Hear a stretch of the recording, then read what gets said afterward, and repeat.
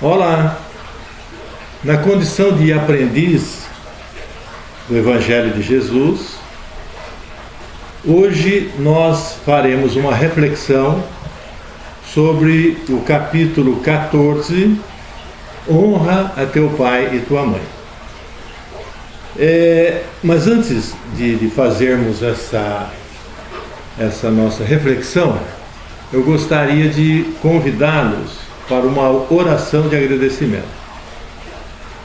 Agradecemos ao Pai, nosso Criador, a nossa vida. Agradecemos a Jesus, nosso Mestre querido, que nos abençoou durante toda a sua vida terrena com os seus ensinamentos. Ensinamentos esses que nos proporcionam um equilíbrio e a nossa evolução moral e espiritual. Bem, então nós estamos hoje comentando, refletindo sobre o capítulo 14, Honra a teu pai e tua mãe. Kardec, neste capítulo, ele recorre às duas principais revelações espirituais enviadas por Deus até então do nosso conhecimento. Nós estamos falando de Moisés e de Jesus. Moisés, no Monte Sinai, em transe mediúnico, ele recebe o Decálogo, os 10 mandamentos. Do primeiro ao terceiro mandamento, nos traz os cuidados que deveremos ter com o Criador, Deus. E o quarto mandamento, ele nos fala sobre os cuidados que deveremos ter com os co-criadores, que são os pais.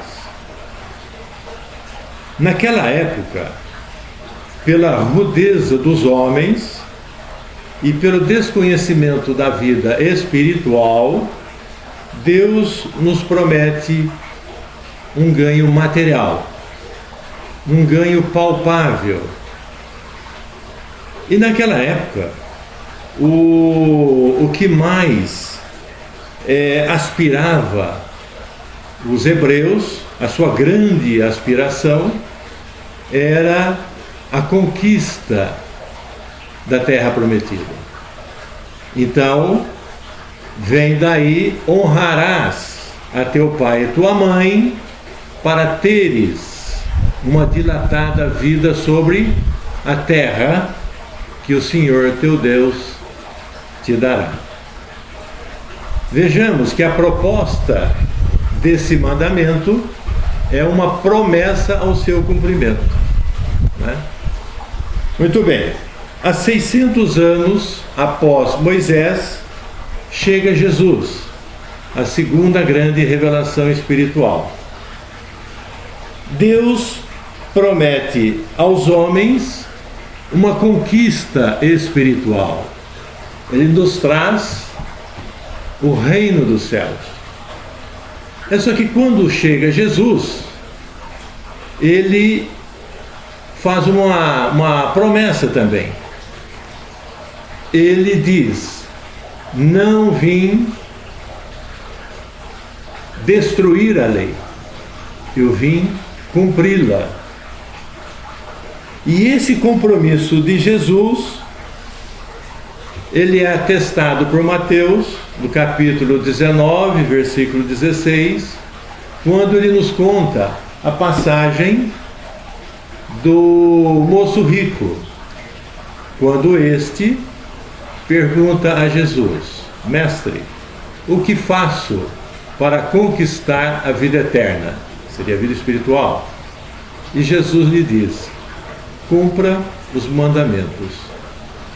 Não cometeis adultério, não roubes, não mates, honra a teu pai e tua mãe. Então veja que nós tivemos duas situações. Moisés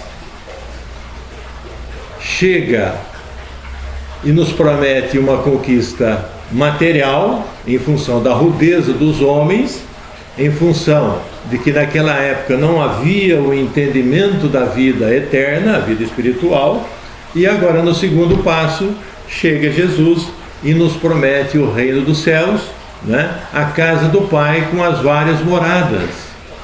E essas várias moradas são esferas e consequentes das obras feitas pelos seus homens, né? Então é por isso que se diz: nós somos herdeiros de nossas obras. Nós somos herdeiros do cumprimento do mandamento divino. Tudo bem. 1857. Chega para os homens o Consolador prometido por Jesus, o Espiritismo. Ditadas pelos espíritos benfeitores, mensagens mediúnicas, elas são coletadas, classificadas e ordenadas por Kardec, o qual nos entrega as obras básicas da doutrina espírita. E dentre essas obras básicas, nós temos o Evangelho segundo o Espiritismo, composto por 28 capítulos. E desses, honras a teu pai e tua mãe é o 14º capítulo. É o capítulo central, como que a receber todas as luzes dos ensinamentos de Jesus, nos conduzindo para um dever, a piedade filial. A piedade filial é um sentimento que vai além, muito além do amor ao próximo. A esse amor deve se juntar a gratidão, a obediência, o respeito e a condescendência. A condescendência pouco se fala a respeito, mas ela significa uma renúncia. Então, nós renunciamos ao nosso propósito para considerarmos o propósito do outro. Então, eu, como filho, renuncio aos meus propósitos, às minhas necessidades, para considerar a necessidade do outro, no caso, o pai. Todas essas virtudes reunidas e sentidas nos conduzem para a assistência. Não só as necessidades básicas dos pais, mas também nos conduz para retribuirmos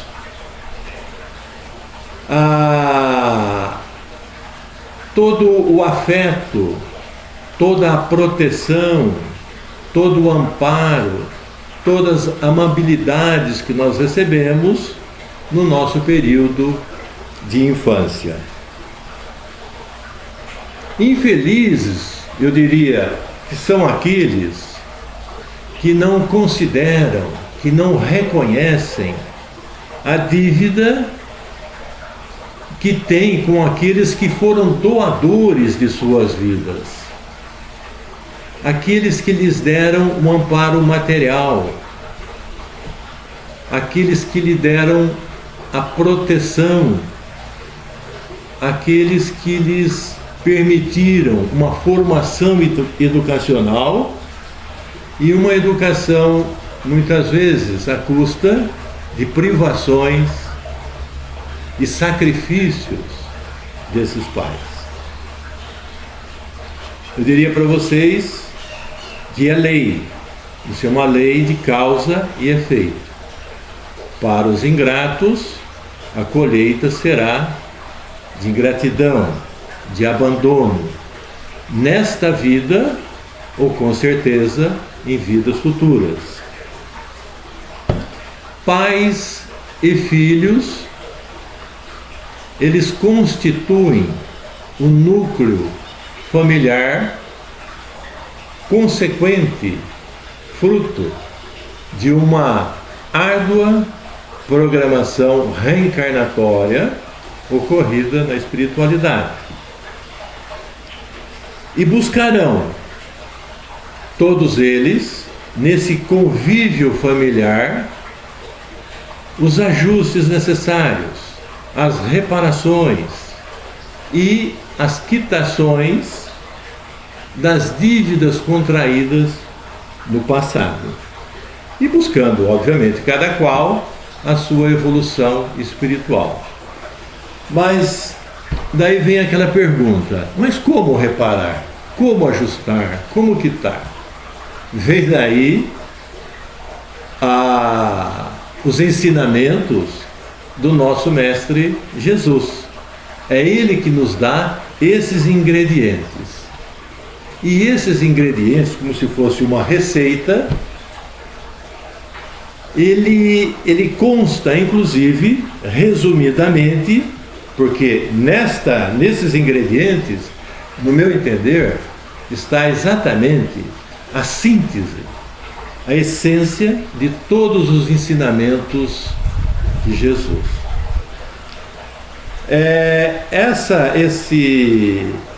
Essas orientações, esses instrumentos, eles aparecem como resposta à pergunta 886 que Kardec fez aos espíritos benfeitores e que consta no Livro dos Espíritos. Então, esses ingredientes nós poderíamos considerar a benevolência para com todos, a tolerância com as imperfeições alheias e o perdão das ofensas. Perdoar e receber o perdão.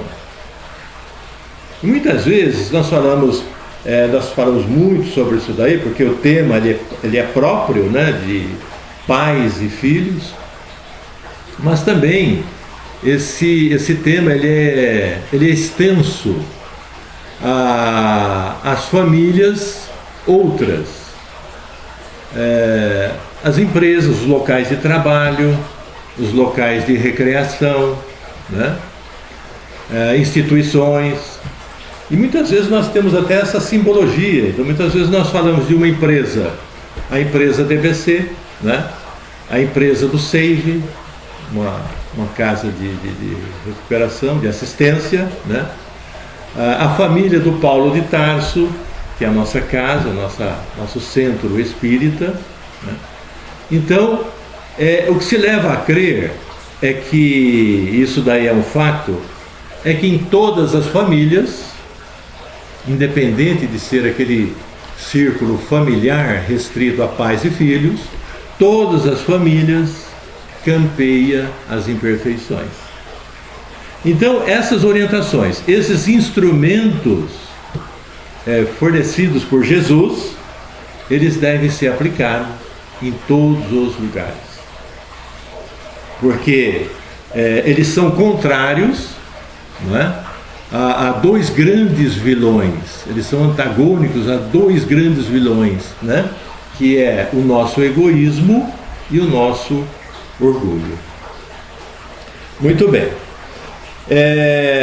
Ainda no tema de convívio familiar, nós podemos também considerar que nem sempre os pais, como responsáveis que são, eles são bons exemplos e muitas vezes deixam até a desejar no que diz respeito ao cumprimento dos seus deveres assumidos na espiritualidade, assumidos na pátria espiritual, como nós já dissemos anteriormente, na programação reencarnatória. Mas é certo também que a punição em relação aos pais jamais deverá partir dos filhos. Isso é uma consequência que deverá ser de Deus, né?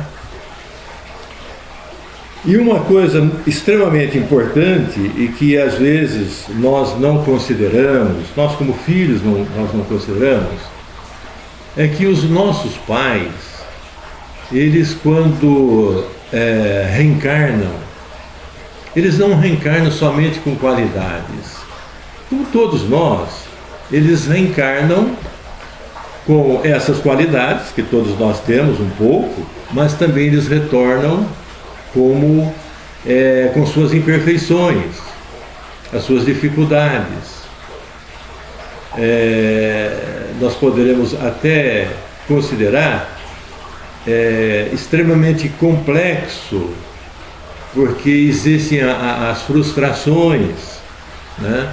Enfim, todas esses traumas tidos em vivências anteriores, eles trazem consigo na reencarnação, e obviamente essas imperfeições, elas serão fruto muitas vezes de como se fosse um despertar, né, no convívio com os filhos e com toda a parentela familiar.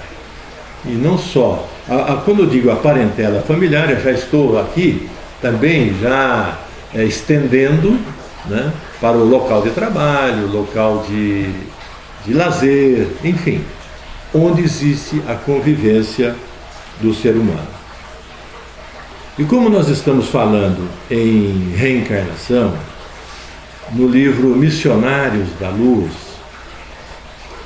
André Luiz dedica um capítulo exclusivo às minúcias do processo reencarnatório.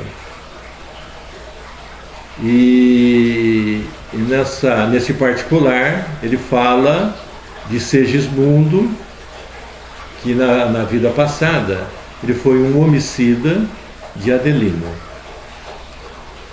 E nessa próxima encarnação, pela bênção do esquecimento e pela lei do amor e de justiça divina, ele voltará a conviver, Segismundo voltará a conviver como filho de Adelino, a sua ex-vítima. Então, uma pergunta que nos fica, que muitas vezes nós deveremos fazer, é quem são os nossos pais e quem são os nossos filhos. Eu quero considerar aqui um aspecto bastante importante, que existem muitos que são fruto dessa convivência. São aquelas pessoas que substituem os pais biológicos por pessoas que acolhem com maior devotamento os seus filhos do coração. A estes nós temos uma consideração maior, um dever maior de gratidão, exatamente pelo descompromisso, né, que eles tiveram no acolhimento, né? Nós podemos até dizer que é uma caridade desinteressada, prevalecendo realmente o amor ao próximo. Conforme proclama ainda André Luiz no livro Evolução em Dois Mundos, no capítulo 20, ele faz uma observação, eu diria até uma proclamação, que ele diz assim: a dívida dos filhos para com os pais, ela é impagável pelo seu caráter sublime. Olha que maravilha, que coisa profunda André Luiz nos coloca nessa observação. Portanto, amemos os nossos pais, por mais imperfeitos que eles sejam. E vem desse amor imensurável, e vem desse amor inesgotável, concedido pelos pais, que faz e que torna grandioso e divino o mandamento: honra a seu pai e sua mãe. Eu gostaria de fazer uma oração de agradecimento por essa reflexão e que nós possamos aproveitá-la, fazendo com que nós nos tornemos cada vez melhores, que nós tenhamos uma evolução espiritual tranquila e sempre buscando o entendimento dos ensinamentos do Mestre Jesus. Muito obrigado a todos, fiquem sempre na paz e com Deus. Que assim seja.